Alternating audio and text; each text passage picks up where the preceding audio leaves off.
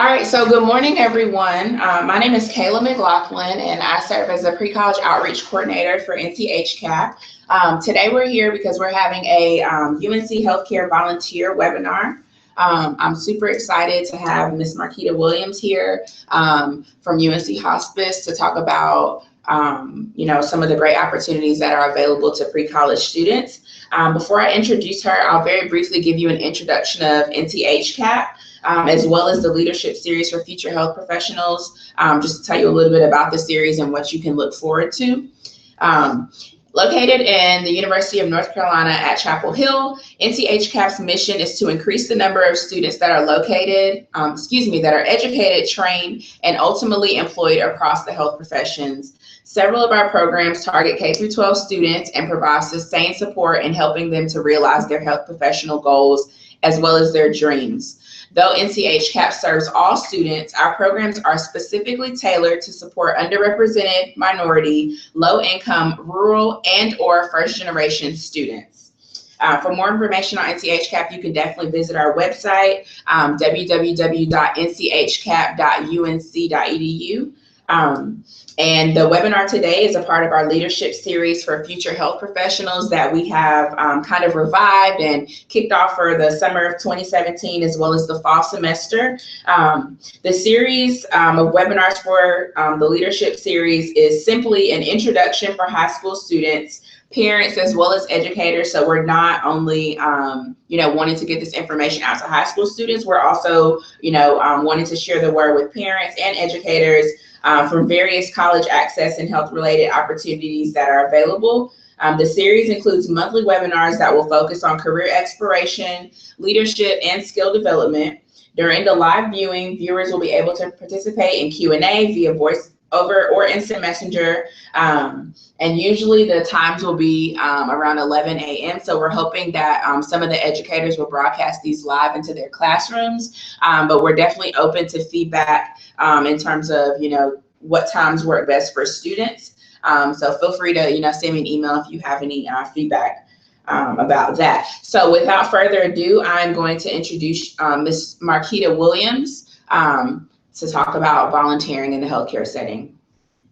Good morning, everyone. I am happy to be here and also share opportunities that you may be interested in.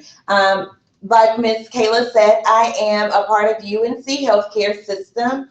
And with that being said, I work with people who volunteer in the hospital as well as our inpatient facility and also in the homes of our patients.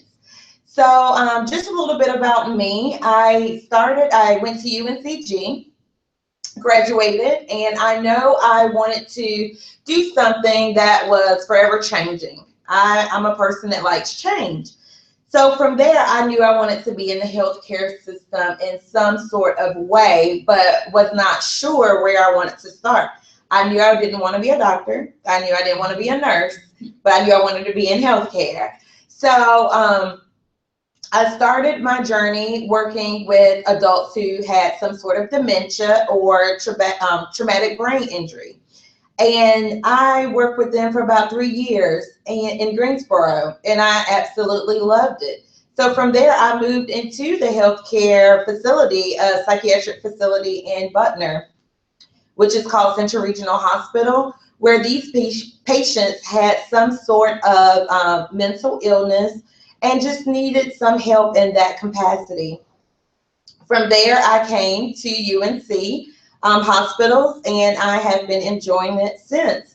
I am currently a volunteer coordinator, but also do a little bit of marketing and community relations, getting the word out there of all the great things that UNC have available for the community, as well as people who would like to volunteer and be a part of the team. So I guess we'll go ahead and get started. One quote that we use in our orientations that I would like to share with you today: volunteering is the ultimate exercise in democracy. You vote in elections once a year, but when you volunteer, you vote every day about the kind of community you want to live in. And that's where you come in as volunteers. You're able to be a part of your community, and while being a part of your community, you're able to be a part of a team who care about the community, who want to be active in the community, and being a part of the community, you get to bring your ideas to the table. So we want to share that with you all, because you all are part of making a difference, and you all are a part of who you are and what you can bring to the healthcare setting. Although you may be in high school, you are valued and very important. So what is your interest? When you look for volunteer positions, 9 times out of 10, us as coordinators, we will ask you, so what are you interested in? And this is something that you need to think about before pursuing a volunteer opportunity. When pursuing that volunteer opportunity, we want to put you in a place or a position that you feel that you will thrive, you feel that you will learn something, and that you feel comfortable in. Sometimes as we are navigating the healthcare system, and it may be that you want to work in marketing or public relations. Well, guess what? There are opportunities for that. Say that you want to just provide customer service. You want to work on the clerical or administrative skills. We have opportunities for that. So I like to stress, know what your interests, know what you would like to participate in. Although it may not be a career right now, the thought of what you want to do long term, but just have something in mind of what you can see yourself doing in a volunteer position. This will make both the volunteer coordinator and yourself more comfortable and being able to explore what's in those areas.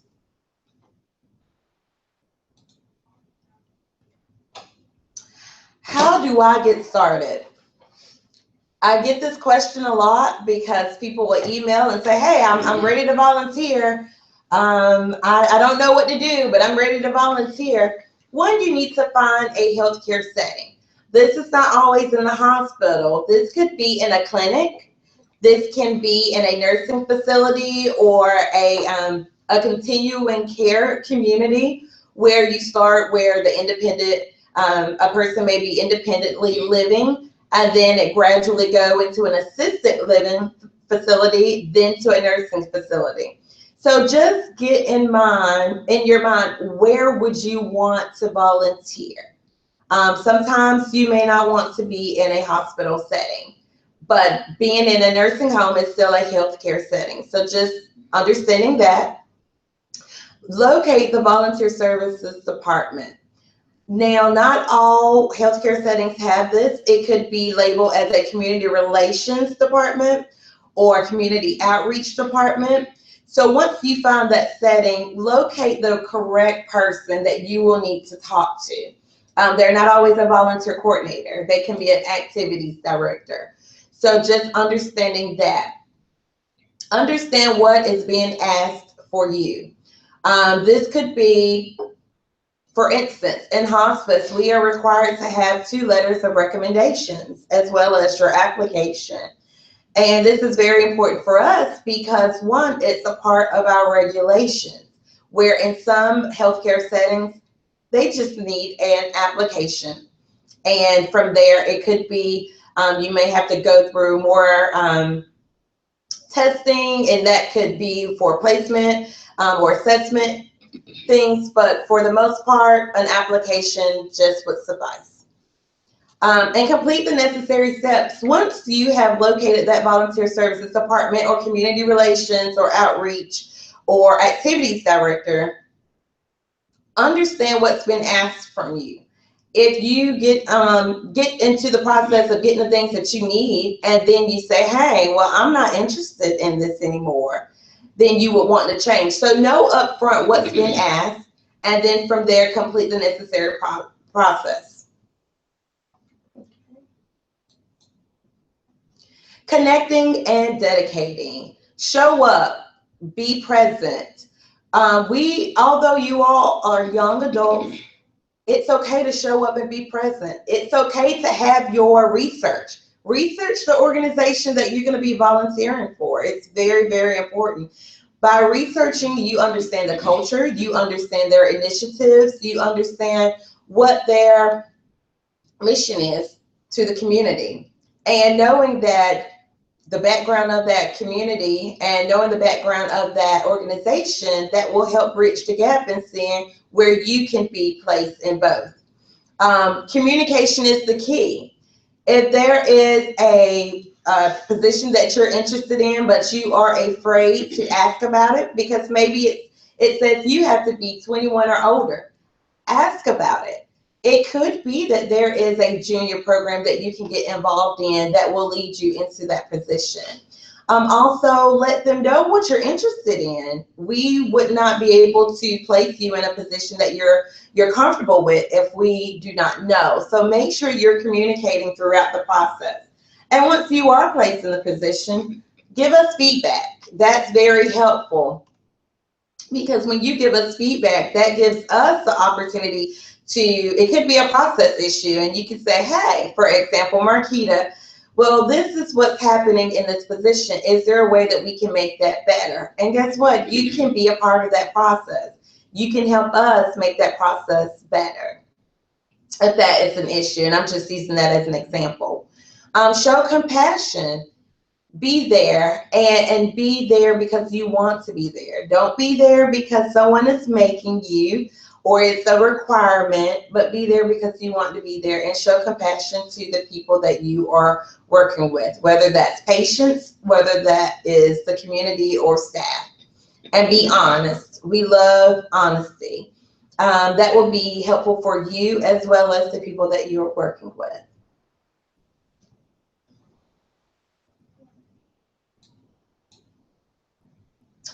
So, moment of caring, and I'll spend a little bit on this slide. Establishing an emotional and personal connection and conveying concerns to patients, colleagues, and guests. Depending on where you are, there's going to be some level of emotions develop. We all have this one patient or this one staff person or this person in the community that you love working with. And guess what? When you make those personal connections or those emotional connections, you create a story, and your story needs to be told.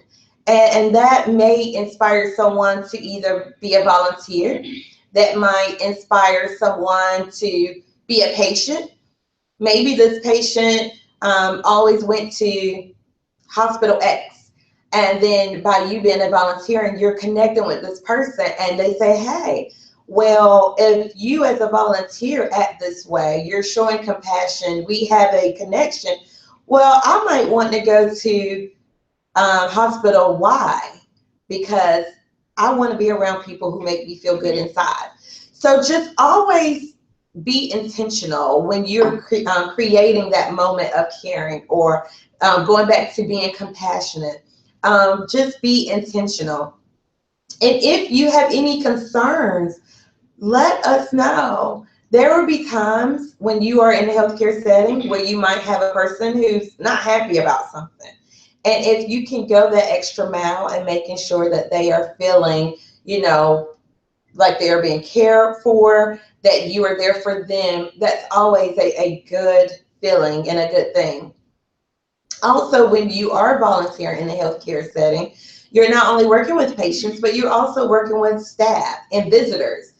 People tend to go in and out, whether that's at a nursing home, whether that's at a clinic or at a hospital. You're going to meet a lot of different people, and you get to have that time to connect with them on a personal and emotional level. So that goes back to being that compassionate person. Okay. The benefits of volunteering. I know we all have our different motives to volunteering, and that's okay. And there should be something what makes us want to volunteer. But some that I just came up with, networking. You want to network. We have had people that were in high school who have volunteered. And once they graduated high school, guess what? There are positions that are available to people who have a high school diploma. and you can get a job.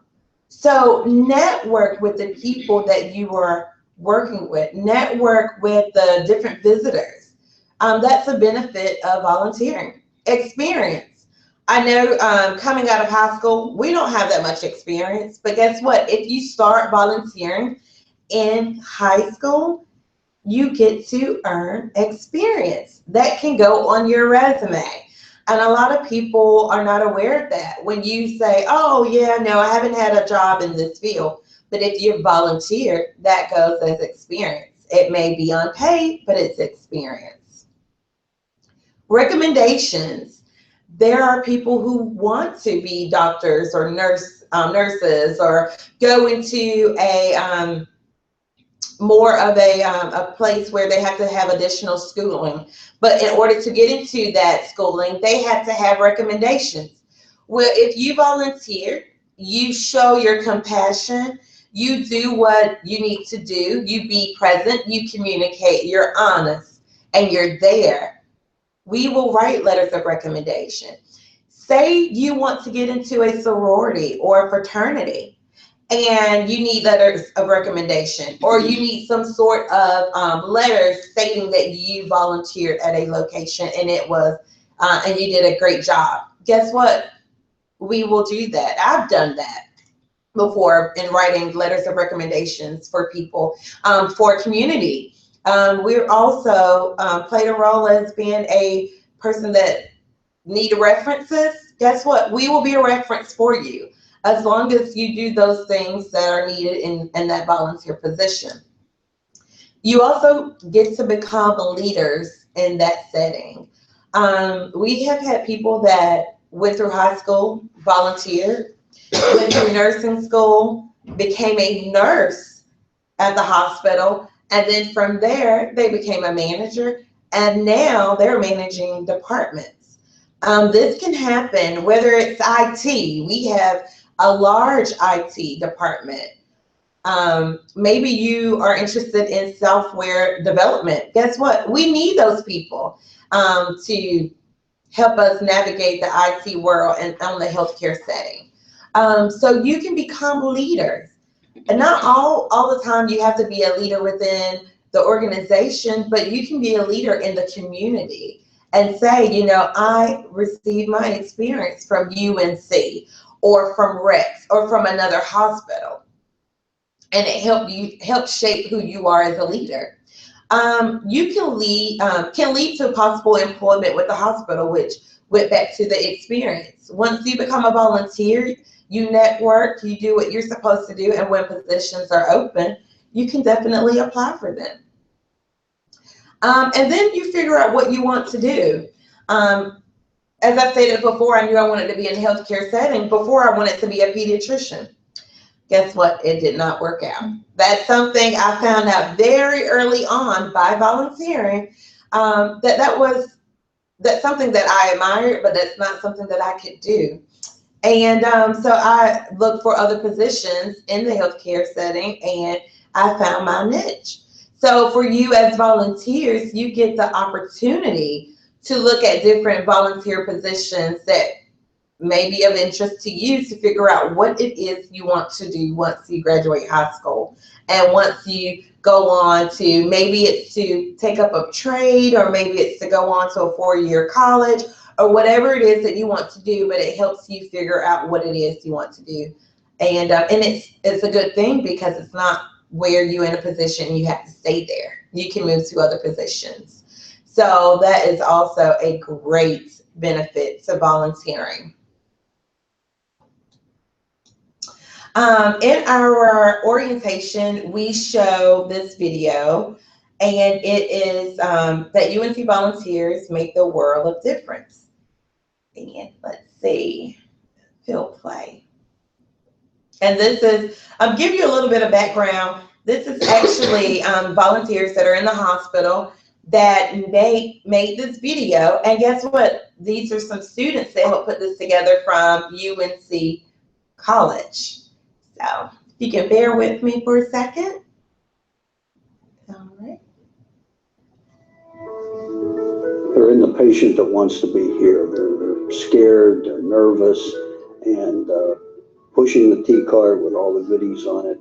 It's amazing how many times you can bring a smile to their face, and that is just a sensation. I've said so many times, I would pay people to do this. You just feel so good when you can help them get through a difficult time. There isn't a patient in the world that wants to be here, especially in a cancer hospital. On the other side, the volunteers are here because they want to be here. And to want to do that brings a special enthusiasm, special personality, and it it carries over obviously to the staff, the patients, the visitors, and I would hope the world. We all need to give back. We're all in this together, and I think there's some role modeling to be said for younger people to be able to say that when you have the opportunity to volunteer, you should take it. And for years and years, I benefited from having volunteers in the school system and working in other capacities that I was in. So I think that's just a good chance. I'm only a handler, but Holly actually does the therapy. It helps to bring down their blood pressure. It helps to make them feel better. It makes a world of difference for everybody that comes in contact with her. So without me as a volunteer, she wouldn't be able to do that. So Holly's the one that does the magic, and I sort of just help her along. Holly's presence is going to give them mindset like they're going to forget the woes of the world while she's there, and they're petting her. So she's the magic. I'm the handler. Well, volunteering is really a two-phase process. It's both for the actual volunteer who's performing the service as well as those who are receiving the service. So in that aspect, it's really a world of service from both sides. Both the recipients and the giver of the services do receive some value of it. Well, I think people around the world needs help at one time or another. I think throughout different stages of your life, and if you don't always have friends or family to help, it might be a total stranger that you are helping. And I think volunteering isn't just like organized volunteering, like what UNC does, but it's also, just helping a stranger or helping anybody. It's something that you do out of the goodness of your heart. But I think it's something that can be done worldwide. I don't think there's any language barriers because sometimes you can just see and notice if you're receptive to that, to see somebody in need of help, and just stopping what you're doing and helping them. You can do that anywhere in the world. You have to give back, and I really think it's important to give back. I have the time now, and so it's my turn to help. You give what you can, given your circumstances and the opportunities that you have to provide support and care for other people. You give back for everything the world has given you, and I've kind of found that a way that I can do that is by volunteering here. I never leave here without feeling I've made a difference for somebody. Sometimes I know who it is, sometimes maybe it's 25 people, but I almost always know that there was one person that I was meant to touch or be touched by. There's people like me in various departments, and if we can just make a lot of people's lives better, I think we can change the world.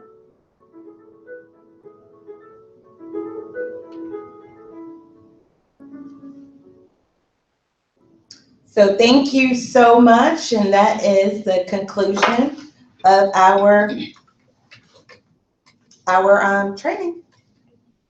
All right, awesome. So thank you so much to Ms. Marquita Williams for taking the time out of her busy schedule to be a part of this webinar. I'm just gonna do some last minute housekeeping, and then I'll go ahead and close up. So if you do have any questions at all for myself or for Ms. Marquita Williams, her contact information is on the first slide of this webinar. And then my contact information is also located on the YouTube page and the NC-HCAP website. So feel free, to reach out to us via email with any of your questions. Also, NC-HCAP is open to suggestions for webinar ideas. If there is a specific, educator leader or a community organizer who's looking for some specific information, and you want to send me an email for a suggestion for a webinar topic, or there's a specific professional that you'd like to be featured on the webinar, or you want to be featured on the webinar, please, please, please send me an email. I would love to connect with you.